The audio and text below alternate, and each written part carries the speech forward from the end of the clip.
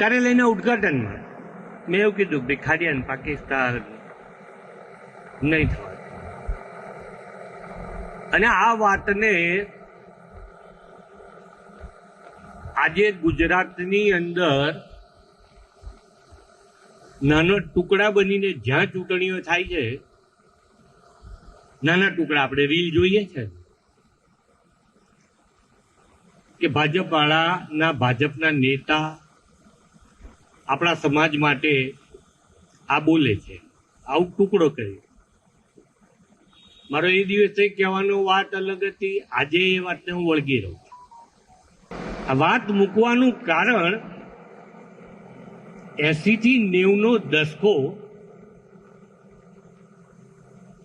ગુજરાત અને અમદાવાદ શહેરે 1980 થી 1990 નો દશકો એ ગુજરાત અને અમદાવાદે જોયો છે, સહન કર્યો છે.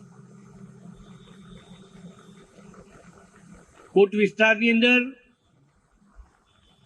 જે કોમી રમખાણો, કોમી તોફાનો, લોકો ઘર રહેવા બીજે કાલુપુરથી, દરિયાપુરથી, સાપુરથી, ખાડિયાથી, જમાલપુરથી, રાયખડથી, આ બધા વિસ્તારમાંથી લોકોએ કેમ બહાર જવું પડ્યું? તો એનું મુખ્ય કારણ 1980 થી 90 નો દશકો. ઘણા બધા જોયું હશે, ઘણા બધા સાંભળ્યો હશે. અને ક્રમશઃ હું જે વાત કહું છું ને, ગંભીરતા વાળી વાત, 80 થી 90 માં ગુજરાત આખાની અંદર, દેશ આખાની અંદર આપણે બધાએ જ નામ સાંભળ્યું હશે, લતીફ.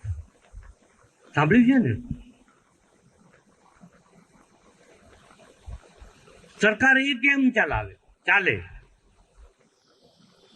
આ શહેરમાં પોલીસ, શાસન તંત્ર બધું એના ઈશારા ઉપર ચાલે. 80 થી 90 ના દાયકા રાધિકા જીંખાના ઉપર હુમલો થયો હોય, કોંગ્રેસ પાર્ટીના સંસદ સભ્ય રઉફ વલીઉલ્લાહ પર હુમલો થયો, ગોળીબાર થયા હોય,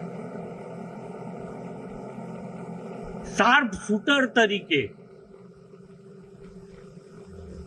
અમદાવાદમાં રાયપુર ચકલામાં આવીને ગોળીબાર કરી ગયા હોય. રાયપુર ચકલા ચકલેશ્વર મહાદેવ પાસે ખાનગી ગોળીબાર કોકને મારવા માટે કરી ગયા. રસૂલ પાર્ટી, કોઈએ નામ સાંભળ્યું? ટાડા પોટા અનેક કેસોમાં, અરેન પંડ્યા કેસમાં પણ આરોપી ના ઉપર ગોળીબાર કર્યો. અનેકવિધ કેસોની અંદર આરોપી. આ બધી વાત એટલા માટે કહેવાની કે આપણે ખાડિયાને કઈ તરફ લઈ જવું છે એ આપણે નક્કી કરવા આજે ભેગા છે. એ રસૂલ પાર્ટી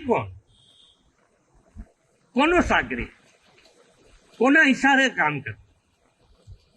અને આજે પણ 1991-92 થી જેલ તોડીને પેરોલ ઉપર દાઉદ ઇબ્રાહિમ સાથે, ISI સંસ્થા સાથે સંકળાયેલ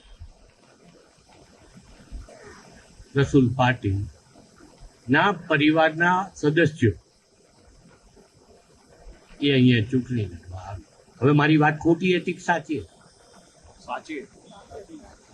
એ ચૂંટણી લડવા આવે એનો વાંધો જ નથી ભાઈ, હક છે.